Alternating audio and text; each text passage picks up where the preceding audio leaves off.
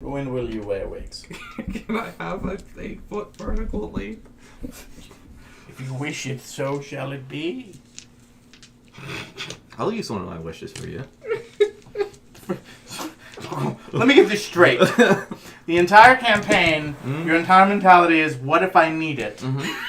But you will burn one right now so that he has an 8-foot vertical leap. It'll change his life forever. But what if he needs it? Yeah, what if he needs an 8-foot vertical leap? I know, I'll be able to, like, fucking parkour. Hardcore. When Korvac's a werewolf, I can jump onto your back and ride you like a steed. That's one of my favorites. Somebody made a comic from, like, the new God of War games. He's like, son, you must learn to be your own man. Be strong and carry your own weight. I won't always be here to protect you. Yes, father.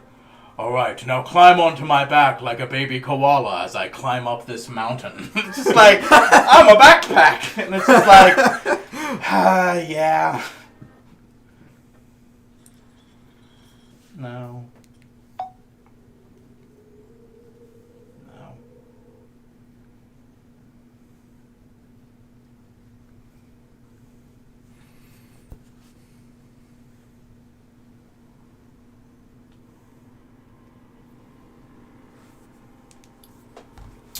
Before we begin, I'll show you the prices of some of the those minis.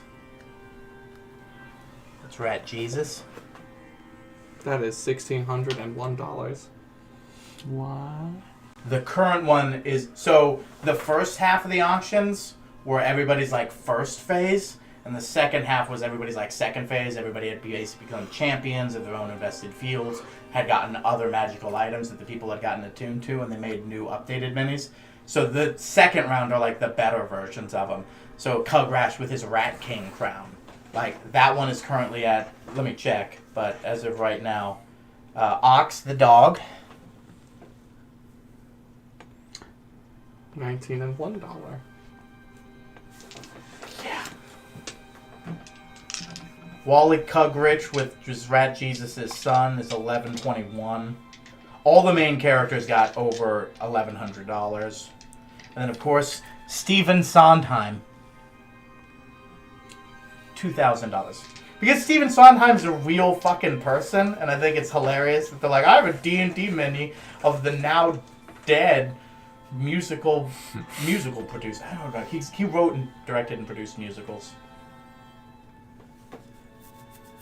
Are you gonna make Pikachu?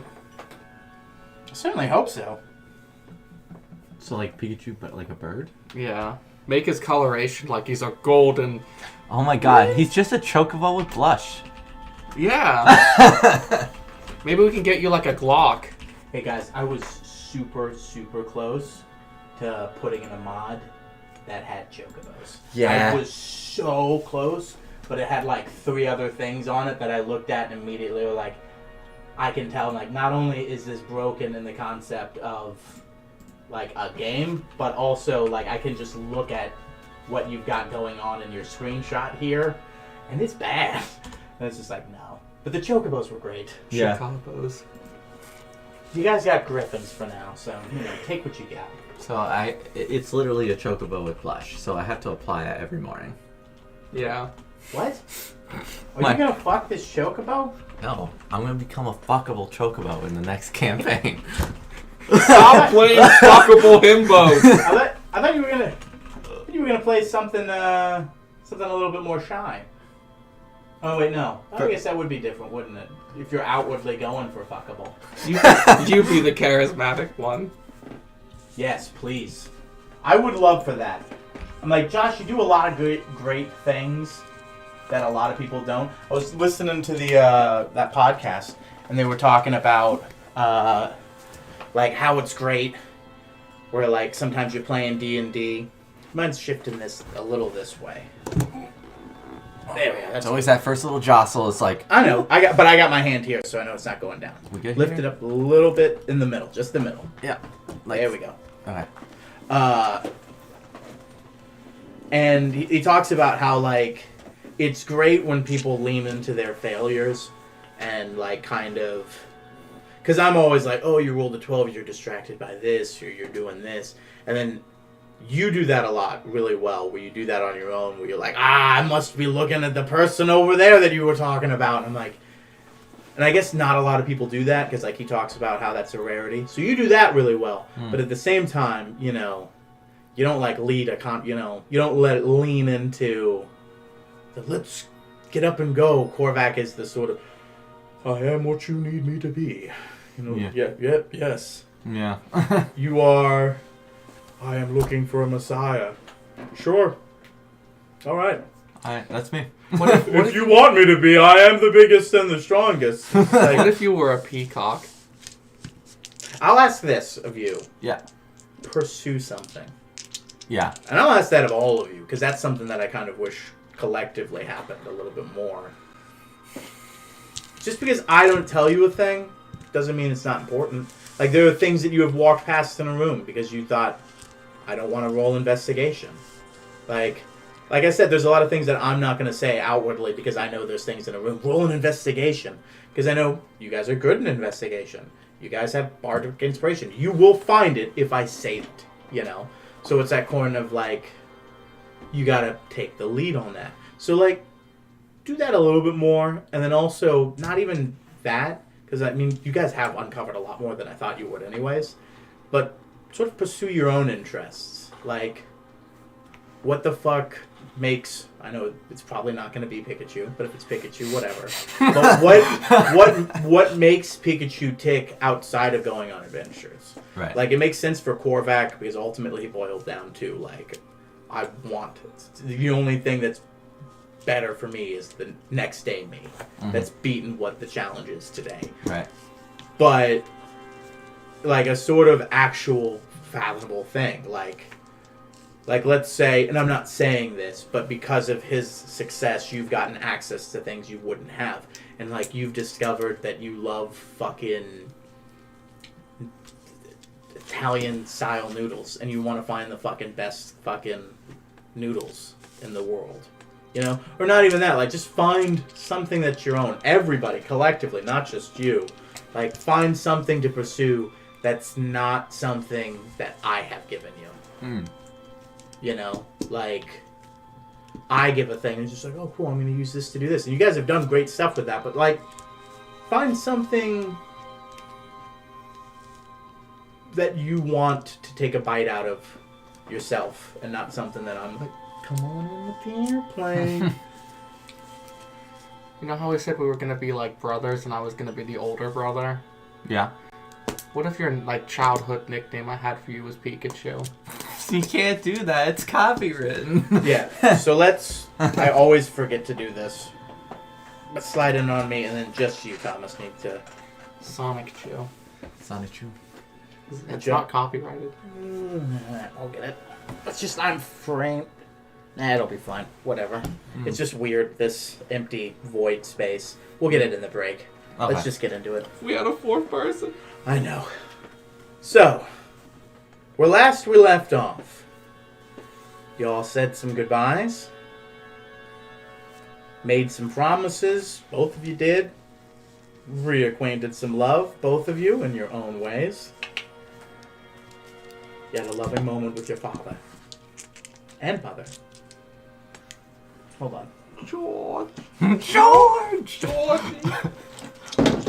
Wait, you have a girlfriend? Yes, mother. Real fast. Absolutely. She is also my employee now, mother. Give me a few sellswords, such as yourself, willing to do nefarious things, a shovel and some diggers. And there'll be more where that came from for you. Why does the bag have an eye on it? It's supposed to be a dragon. Dragon skin and dragon eye. Wow. I didn't know if it was like the book from Hocus Pocus scenario. Nope. Scenario. I figured they'd go and play with the next campaign. Yeah. I like it. Yeah, same. It was like, I saw it, I'm like, I can't not. Ooh, the shinies. Yeah, clickety-clack goes the shinies. I like how that's how it's always been, where it's just like they're like they just throw a Like, undisclosed. Well, hold bag. on, sir. Let me count, because that sounds fucking 5 guys. That's 3 gold a guy, plus the shovers, plus some workers. At this time of night, I'm gonna need at least another bag. And I he's just think. like, it's genuine leather. You can sell that. We don't ask for money, we ask for shiny rocks. Oh, you know what? If we're talking about weird things in fantasy, fucking rope. The rope. Where they're always just like, you're tied up, and they're like, let me take my knife out and cut into one of the most expensive, hard things to come by. It's cumbersome, so you don't want to carry it. Now I've cut it into strips. It's just like, it took you 3 seconds to tie it. It'll probably be faster to untie than to cut with a knife. And you haven't just, like, wasted something that's a year's salary to buy. Like, untie the rope! Yeah. But, like, us as adventurers, it's just like, oh yeah, what's fucking 50 foot of silken rope? A gold? Bing! I worked 3 weeks for that. But alas, Which makes that netting even more impressive. yes. Yes. That's why I'm always trying to, like, it's tough to go back and scale with how far. You guys spent 180,000 gold on something, and then next time you were scrounging 30 gold to, like, throw a guy, and you're like, yeah, whatever. Like, I can make that back. And then you're like, that's a lot to him. That's a lot. Yeah. Gotta keep try dinging the bell. Every 5 hours. Hey, man, you don't know when the reset happens. And I keep making weird rolls over here. When was the last time we rung it? Was that today Five- or five yesterday? We had this discussion last time. You, like, started doing it when you were checking out the middle room. I was like, I think you just checked it last time. So, like, So, like, it happens each session. You've successfully done it each session, which is good. Which is a good thing to keep up. yeah. But let's get through the intro again. We've all, gone through some trials, tribulations. You went back to the tower, spoke back to Frederick, who's being a little bit more... Roll insight, the both of you. There's something a little bit noticeable I've done with his voice, if you haven't noticed. 14. 12 and 14? He's sounding older, more mature. Yes. Yes, he has been, hasn't he? As you unlock things, you're not...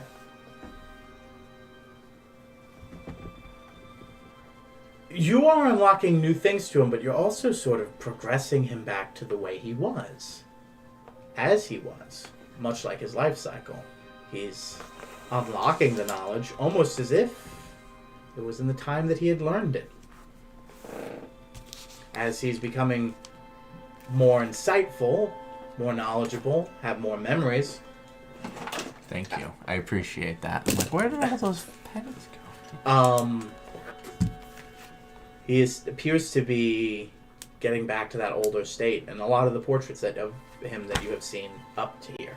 Yes, there are a few. There's some of Chikern. There's some of everybody. Some people you don't recognize, but maybe they're just... That's the tough thing about art in famous places like this. It's just like, is this some old queen? Is this some powerful wizard woman? Like, who was she? And you're like, oh, this was a painting of woman in red. And I liked it. You know, like... Or, you know, you see another one and it's just like, oh, this is clearly just an art piece. And it's like, no, it's just a portrait of this person who was my uncle. And you're like, whatever. So you don't know who's important and who's not, but you have seen portraits of several people that you do recognize, mostly his adventuring party. But Frederick is one of them. And he was, in most aspects, most of the pictures here, an older goblin. On the edge of his, maybe not on the edge of his years, but coming to him. But he seems to speak more and more of him as a long-lost friend, and something that does miss him. Because at the end of the day, the tower is sentient, and most of what you're discussing are the memories and entity of what was Frederick. You went through the trial of his bedroom, which was ultimately Frederick's own personal trial, to see if you guys truly not only understood who Chikern was and value him, but also are willing, if that makes sense. You're not just people here that are going through the minutia. You give a shit about this man. Like, you spent time looking through his personal journals. You went down looking through it. You slept in his bed, you know? And then you guys, not even sure if it was the task, were like, we got 10 minutes. Let's hop into all these portals just to learn about the guy. And then after realizing that Frederick was casing you, you guys asked, can we go into the vault? And he gave you the conditions, and you all agreed that from this point forward, there'd only be forward progression. In the next room, you can only take one thing, and you'll get 2 questions. Which you guys have well, not just, but after some discussion, has revealed that those 2 questions have nothing to do with the item taken. They can, if you want, but they're actually just 2 questions. Much like, not Chikern, the curator used to do. Mm-hmm. As you guys were climbing up the ladder to go upwards, you noticed a reflection in the mirror of a new painting that had been made on the foundation for the ladder on the other side of the wall so that you wouldn't have been able to see it. You know that he said from this point forward, only forward progression, so you couldn't go back down the ladder to look. We're now sitting in his vault. It's basically one of those all-white rooms. You know, everything seems to be backlit by white, but there are these metallic shelves of varying different metals, and it seems like it's different supports or things to backlight different items. There's a lot going on in this room on the sides, but other than that, it is essentially just a long hallway.